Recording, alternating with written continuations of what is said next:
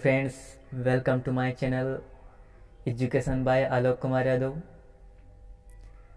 आज के हम इस वीडियो में agreement of the verb with the subject के नेक्स्ट पार्ट पे चर्चा करेंगे। मैंने अपने प्रीवियस वीडियो में नियम नंबर 1 से नियम नंबर 5 तक बताया है और इस वीडियो में नियम नंबर 6 के बाद से बताऊंगा। यह वीडियो समझने के लिए मेरे आपको प्लेलिस्ट से इसका प्रीवियस वीडियो देखना पड़ेगा। तो चलिए हम स्टार्ट करते हैं। Agreement of the verb with the subject का छठा रूल। नियम नंबर 6 है ईच, एवरी, आइदर, नाइदर और मेनी ए के साथ क्रिया एक वचन की जाती है। अर्थात ये शब्द each, every, either, neither, many है, अगर ये वर्ड आते हैं तो इनके साथ क्रिया एक वचन की होगी। जैसे एग्जाम्पल, जैसे अनेक पुरुष प्रतिवर्ष इलाहाबाद जाते हैं। अनेक पुरुष प्रतिवर्ष इलाहाबाद जाते हैं। तो हम यहाँ देखते हैं कि each, every, either, neither, many ए के साथ क्रिया एक वचन की आती है। तो हम यहाँ देखेंगे कि अनेक पुरुष अर्थात मेनी ए मैन, यहाँ पे क्या लगा देंगे हम, मेनी अ मैन। इसको हम बनाएंगे मेनी ए मैन, अनेक पुरुष, इसलिए many a man. Many a man goes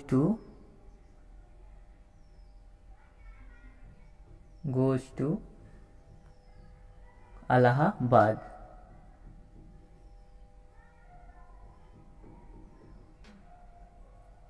Allahabad प्रतिवर्ष, एवरी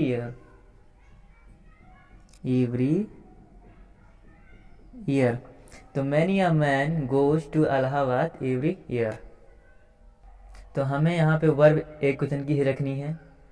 अर्थात many a man goes to, अगर गो होता तो बहुवचन होता, गोज है इसका मतलब एक वचन है। तो many a man goes to Allahabad every year. And next rule number 7, जब दो subject not only but also जुड़े होते हैं। जब कोई दो सब्जेक्ट अर्थात कर्ता not only but also say जुड़े होते हैं तो उनकी क्रिया बाद वाले नाउन या प्रोनाउन के अनुसार होती है। जैसे केवल पुत्र ही नहीं किंतु उसका पिता भी हंस रहा था। केवल पुत्र ही नहीं किंतु उसका पिता भी हंस रहा था। तो केवल पुत्र ही नहीं किंतु उसका पिता भी हंस रहा था। Not only the sons, not only the sons, not only the sons. हमें नॉट ओनली बट आल्सो जोड़ना है। तो not only the sons but also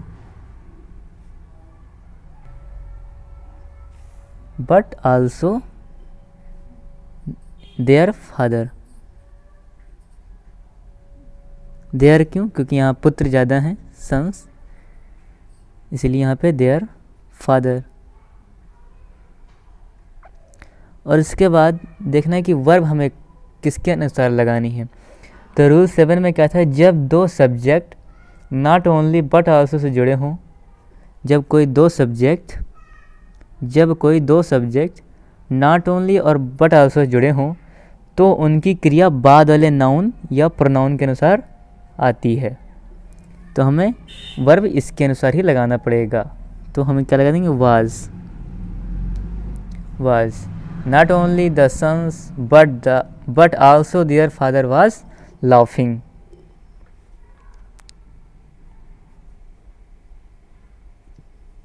okay,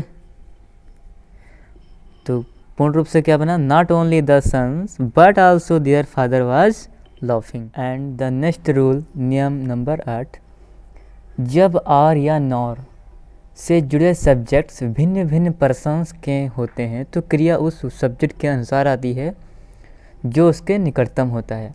अर्थात जब और या नॉर से कोई सब्जेक्ट जुड़ा होगा और अगर भिन्न भिन्न पर्सन के, पर्सन का मतलब फर्स्ट पर्सन या सेकंड पर्सन या थर्ड पर्सन, तो क्रिया उस सब्जेक्ट के अनुसार आएगी जो और या नॉर वर्ड्स के निकटतम होगा। तो इसके हम एग्जाम्पल के द्वारा समझते हैं। या तो वह अपराधी है या मैं, तो इसको हम आइदर से बनाएंगे। आइदर ही और आई। अब हमें यहाँ देखना है कि नियम में कह रहा है जब और या नॉर, अर्थात और तो आया इसमें, से जुड़े भिन्न भिन्न पर्सन्स के होते हैं सब्जेक्ट। तो ये तो फर्स्ट पर्सन का है और ये थर्ड पर्सन का है। तो क्रिया उस सब्जेक्ट के अनुसार आती है जो उसके निकटतम होता है। तो निकट तो ये वाला है आई, इसके निकट से ये वाला है आई। तो वर्ब क्या आएगा? आइदर ही और आई। अब आई के साथ क्या लगता है? Am. I am. Either he और I am guilty.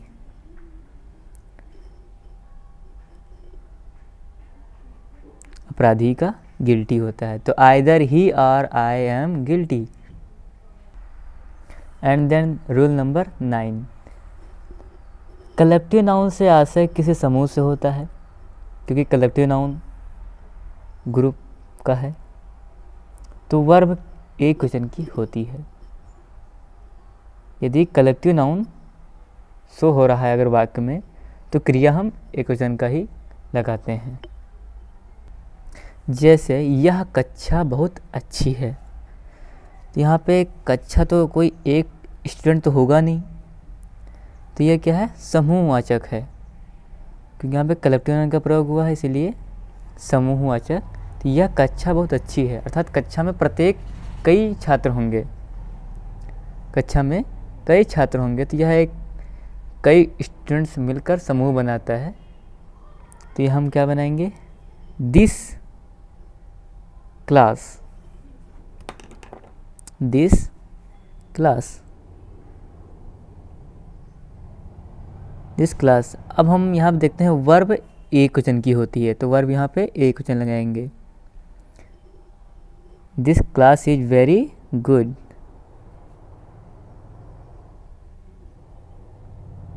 The next example is jury के जजों में इस बात पर मतभेद था। जूरी के जजों में इस बात पर मतभेद था। तो यहाँ हम देखते हैं कि जूरी के जजों, ये भी तो कलेक्टिव नाउन का है, लेकिन यहाँ पे हम कौन सा रूल अप्लाई करेंगे? तो यहाँ पे देखते हैं कलेक्टिव नाउन से जब हमारा आशय समूह के व्यक्तियों से होता है तो उसकी क्रिया बहुवचन में आती है। यहाँ पे कलेक्टिव नाउन से जब हमारा आशय, तो यहाँ पे क्या है कि कलेक्टिव नाउन से जब हमारा आशय किसी समूह के व्यक्तियों से होता है तो उसकी क्रिया बहुवचन में होती है। जैसे जूरी के जजों में इस बात पर मतभेद था, तो ये बनाएंगे हम the jury.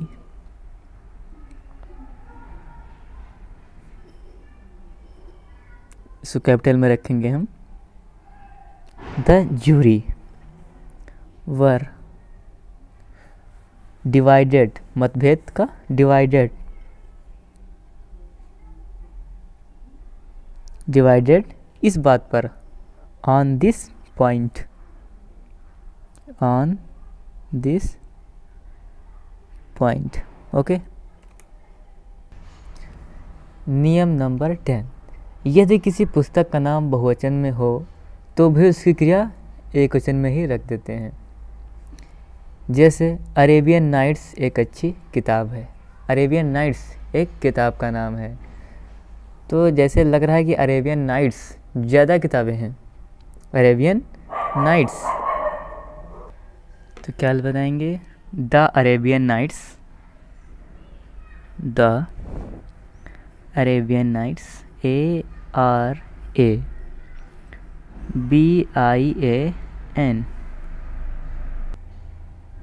The Arabian nights,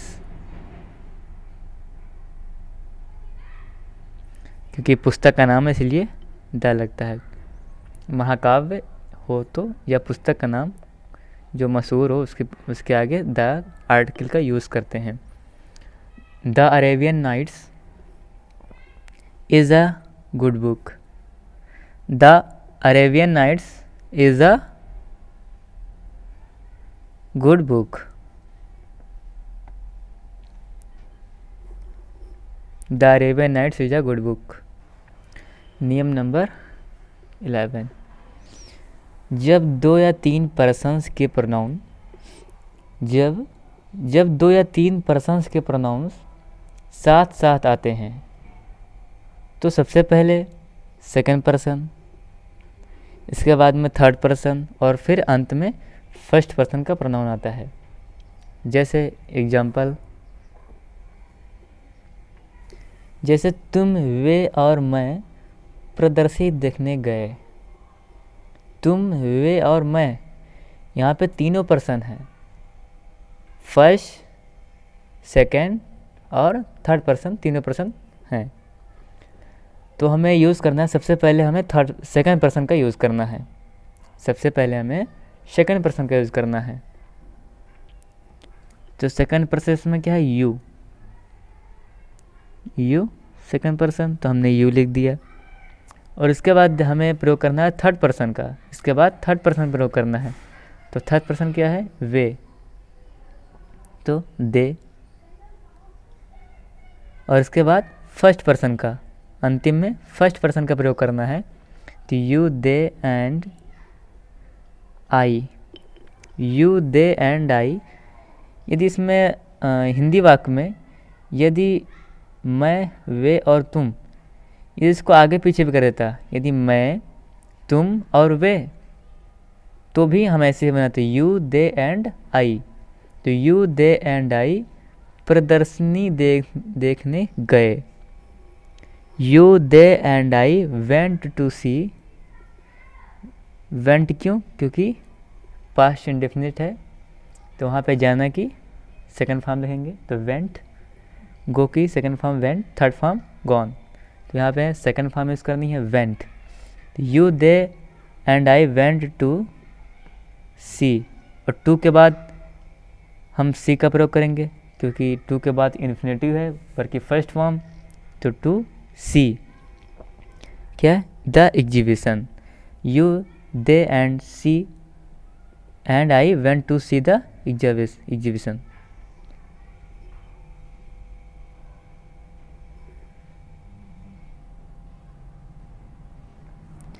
you, they and I went to see the exhibition.